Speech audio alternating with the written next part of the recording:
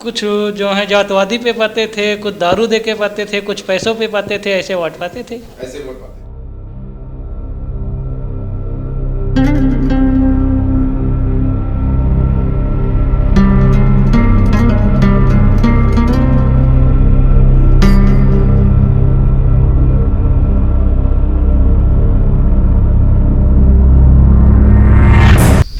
School ही है भैया, रहक चाहे उसका दूरी, बच्चे कहाँ जी ही पढ़े।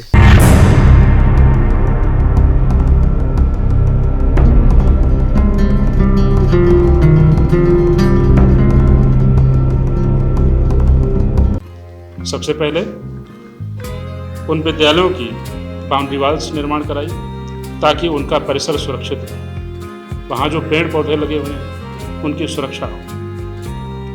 इसके बाद छात्र छात्राओं के लिए शौचालय की व्यवस्था कराई गई, उनकी स्थापना हुई। दिव्यांग बच्चे आसानी से अपने कक्ष तक पहुंच सकें, अपने क्लास तक पहुंच सकें, इसके लिए एक रैंप की स्थापना कराई गई। उस रैंप के माध्यम से आराम से वो अपने शिक्षा कक्ष तक पहुंच सकते हैं। इसके साथ साथ जो फर्श जर्जर हो गई थी विद्यालयों की, उसके लिए उन्होंने टाइलीकरण के लिए अपने 19 बिंदुओं में उसको शामिल किया। आज लगभग सभी विद्यालयों में टाइलीकरण का काम पूरा हो गया है। जो जर्जर विद्यालय थे उनको कहीं ना कहीं उनके जीर्णोद्धार के काम पूरे हो गए हैं। बच्चे टाटपट्टी पर बैठते थे, जमीन पर बैठने के लिए मजबूर थे, इसके लिए डेस्क बेंच की स्थापना हो गई। जैसा कि आज की तारीख में ये जो शिक्षा का दौर है, ये वो दौर नहीं रहा जो स्लेट पर और श्यामपट्ट पर लिख करके बच्चों को पढ़ाया जाता था। कंप्यूटर की व्यवस्था हो गई। आज सभी विद्यालय लगभग कंप्यूटर से सुसज्जित हैं। उन विद्यालयों में बच्चे कंप्यूटर पर पढ़ाई कर रहे हैं। सभी छात्र छात्राएं जो भी हैं वो हाईटेक शिक्षा के लिए अपना कंप्यूटर की स्थापना हो गई है। इसके साथ साथ और भी तमाम सारी चीज़ें जो जन सरोकार से जुड़े हुए मुद्दे विद्यालय के अंदर, जैसे वृक्षारोपण का कार्यक्रम, MDM की व्यवस्था है। बच्चों को दोपहर में घर न जाना पड़े, इसके लिए हार्ड कुक के माध्यम से बढ़िया गर्मा गर्म भोजन बच्चों को मिल रहा है, पौष्टिक भोजन मिल रहा है। उसका मेनू बना हुआ है, साप्ताहिक मेनू के अनुसार उन बच्चों को भोजन दिया जाता है। मेनू में जो कुछ भी स्पष्ट है, जितनी मात्रा स्पष्ट है, उस मात्रा के हिसाब से उन बच्चों को रसद दी जा रही है। उन बच्चों को खाने के लिए सामग्री उपलब्ध कराई जा रही है। उसके लिए विद्यालय में रसोइये हैं, रसोइये अपना कार्य सुचारू रूप से करते हैं। उसकी मॉनिटरिंग के लिए, उसके ऑब्जर्वेशन के लिए प्रधानाध्यापिका हैं, वो अपने कर्तव्यों का निर्वहन कर रही हैं। समय समय पर जो अभिभावक टीम बनी हुई है, अभिभावक टीम के माध्यम से वो लोग आते हैं अपना साथ में भोजन करना, उसकी गुणवत्ता को पहचानना, पढ़ना, जो भी कमियां हैं उन कमियों को बताना, ये सब कार्यक्रम लगातार चल रहे हैं। जो शिक्षा से जुड़ा हुआ सवाल है उसमें यह है कि आज की तारीख में मैं ये कह सकता हूँ कि सरकार के माध्यम से जो मूलभूत शैक्षणिक व्यवस्था है उसमें कहीं ना कहीं आमूलचूल परिवर्तन हुआ है। आज विद्यालय का वातावरण पढ़ने योग्य है, विद्यालय पूरी तरह से सुरक्षित है। आज विद्यालय का जो वातावरण है वो सुरम्य है।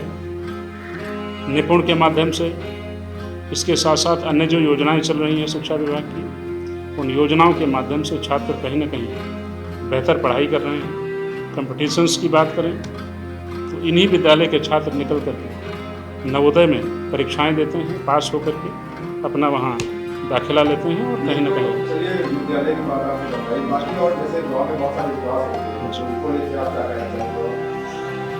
विकास की बात जहाँ तक है, आप जिस रोड से भी आए हैं, जहाँ पर आपने अपनी गाड़ी खड़ी की, ये रास्ता कभी गड्ढों में हुआ। मैं छोटा सा एक संस्मरण साझा करना चाहूँगा आपके साथ, अगर अनुमति हो तो। ये रोड गड्ढों में तब्दील थी, बरसात का मौसम था और मैं एक दिन पैदल, 11 बजे का समय था, इस सामने वाले गांव पैदल इसलिए जा रहा था क्योंकि इस रास्ते पर बारिश के बाद आपका पैदल निकलना भी मुश्किल था। मोटरसाइकिल, साइकिल और फोर व्हीलर से तो कतई आप जा ही नहीं सकते। पता नहीं आप कहाँ चले गए। चल रहे हैं रोड पर, लेकिन किस खड्ड में चले जाएं कुछ पक्का नहीं था, कुछ तय नहीं था। ये ग्रामीण बैठे हैं, जानकारी कर सकते हो आप, ठीक है। इस रोड की स्थिति इतनी दयनीय थी जिसकी आप कल्पना नहीं कर सकते। आगे पूर्व माध्यमिक विद्यालय, आप जिस शेड में बैठे हैं इसी शेड में 1 किलोमीटर आगे पूर्व माध्यमिक विद्यालय, ये तो कक्षा 5 तक है और वो विद्यालय कक्षा 8 है। प्रायः यहाँ से जो पास आउट होते हैं बच्चे वो जाकर के वहीं दाखिला लेते हैं। तो यहाँ से वहाँ तक उन बच्चों को जाने में, आगे Ram Gopal junior high school करके वो विद्यालय है, श्री देवी कुंवर गीता के अध्यापक आप सबके बीच में सेवानिवृत्त होकर के बैठे हैं, मैं आप सबका स्वागत करता हूँ, ठीक है। इसके साथ साथ अन्य भी विद्यालय इसी रूट पर पढ़ते हैं। उनके बच्चे, उन्हें जाने में कितनी मुश्किलें उठानी पड़ती थी ये वो बच्चे ही बता सकते। साथ साथ एक साप्ताहिक बाजार हमारा लगती छावन में, अधिकांश व्यापारी इस रोड से होकर के गुजरते थे। और उसके साथ साथ लखनऊ और सीतापुर जनपद को जोड़ने वाला ये प्रमुख मार्ग, इवन महमूदाबाद से लेकर के लखनऊ को जोड़ने वाला ये लूप लाइन में सबसे प्रमुख मार्ग है। इस मार्ग की स्थिति इतनी ज़्यादा दयनीय थी जिसकी कल्पना नहीं कर सकते। हम एक दिन ऐसे ही निकल रहे थे पैदल, गांव में एक कार्यक्रम था, 3 महिलाएं मोटरसाइकिल पर बैठ करके उधर से आई। अचानक मोटरसाइकिल फिसली उनकी, अब वो सारी महिलाएं भारत माता की गिर गई। तो उन्होंने गाली देना शुरू, कहा कि नालायक, अपनी भाषा में कहा कि नालायक, रास्ता पैणा नहीं देखिन कुछ और हुआ जमीन देखिन उमा कहला शादी के दो, जमीन में शादी के दो, रास्ता पैणा नहीं देखिन, मर गई। अपनी भाषा में उन्होंने गाली देना शुरू। प्रधान को भी गलिया है, ठीक है, और ग्रामीणों को भी गलिया है। आसपास जो लोग रह रहे हैं सबको गलिया। कहा पता नहीं कैसे कैसे लोग जो यहाँ रह रहे हैं आवाज़ नहीं उठाते इस रास्ते के लिए। प्रधान मर जाए कि नाश हो जाए, पता नहीं कितना है, रास्ता नहीं बनवा रहा, ठीक है। और रास्ता पैणा देखे ने साथ मर गए, ब्याह के दिन वहाँ पर यहाँ तो नहीं देखें रास्ता पैणा कितना, ठीक है। मैं उन चीज़ों को, उस महिला की आवाज़ को सुना, उसकी वेदना को समझा। मैंने ये तय किया, इसमें प्रधान नहीं, मैंने तय किया अगर कहीं गांव की जनता ने मुझे जनाधार दिया, जन आशीर्वाद दिया, तो मैं सबसे पहला काम करूँगा, दूसरा काम बाद में करूँगा, सबसे पहला काम करूँगा। मेरे लिए प्राथमिक ये रोल।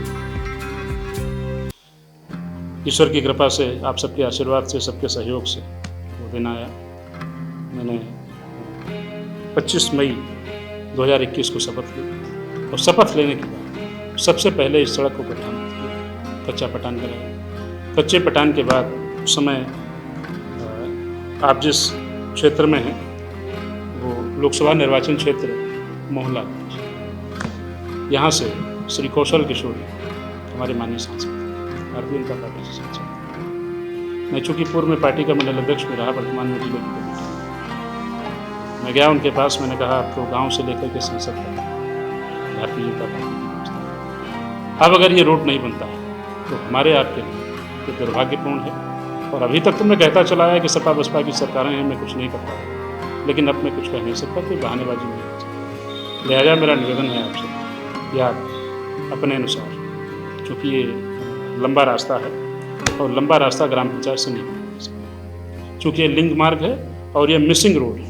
यहाँ तक रोड था, आगे कठुआ का एक मजरा तजानापुर हुआ, वहाँ तक रोड था, बीच में ये गैप था और लगभग 1.25 किलोमीटर बड़ी स्थिति खराब है। आप सब कहीं चले आइए, लेकिन यहाँ आपको गिरना है, पक्का गिरेंगे, मिट्टी लगेगी और आप अपने गंतव्य तक पहुँचने से पहले 2 बार कम से कम आपको स्नान करेंगे, फिर उसके बाद आएंगे। ये स्थिति। तो उन्होंने कहा कैसे बनेगा, तो हमने कहा आप चलिए केशव जी, माननीय केशव प्रसाद मौर्य उस समय PWD मिनिस्टर, हमने कहा आप चलिए। मैं साथ गया उनके, शाम को 4 बजे पूरी कथा बताई, चूँकि मेरे मंडल अध्यक्ष था वो प्रदेश के अध्यक्ष, मेरी वार्ता सीधे हम लोगों की। उन्होंने कहा कैसे क्या होगा, तो हमने कहा आप एक्सेल PWD तो उसका आंकलन करें। फंड PWD से लेकर के और तमाम सारे मंडी समिति है, आपका गन्ना विकास परिषद है, और भी तमाम सारी चीज़ें हैं जहाँ से आप अलाट करा सकते हो, इस रोड को आप बनवा सकते हो। कौशल जी बैठे थे, उन्होंने कहा नहीं, इसके लिए फंड हम अपनी निधि से। उन्होंने यस किया, कहा किसी से कहने की जरूरत नहीं, आप एक्सचेंज को बुलाइए, बुला करके उसका आकलन कराइए, फंड अपनी निधि से। उन्होंने अपनी निधि का पैसा अलाट किया और इसके बाद ये जो सामने आप सड़क देख रहे हैं उन्होंने निर्मित कराई, और इसके साथ साथ जो आकलन हुआ था उस समय, उस आकलन से कुछ पोर्शन बच रहा था। मैंने सामने RCC होकर के आप आए होंगे, जो कार्नर है उस कार्नर से RCC यहाँ पर, और पीछे हमारा एक गांव है उसरी।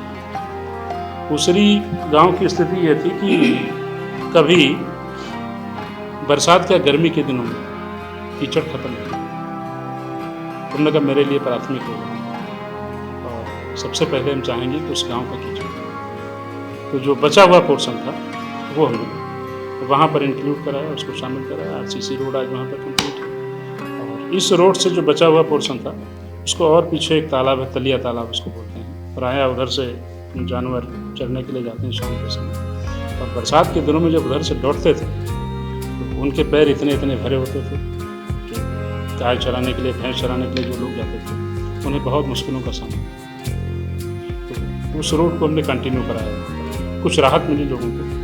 आज वो रास्ते पूरी तरह से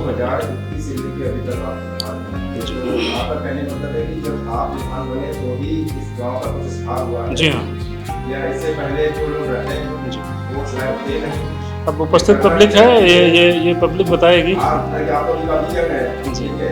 बाकी को आप काफी एजेड है, आप लोग गांव में बहुत ज्यादा समस्याएं देखेंगे, तो आपने कभी सोचा नहीं कि समस्या को कैसे खत्म किया जाए, या कोई आएगा वो करेगा समस्या को, ये आपने कुछ सोचा नहीं करेगा?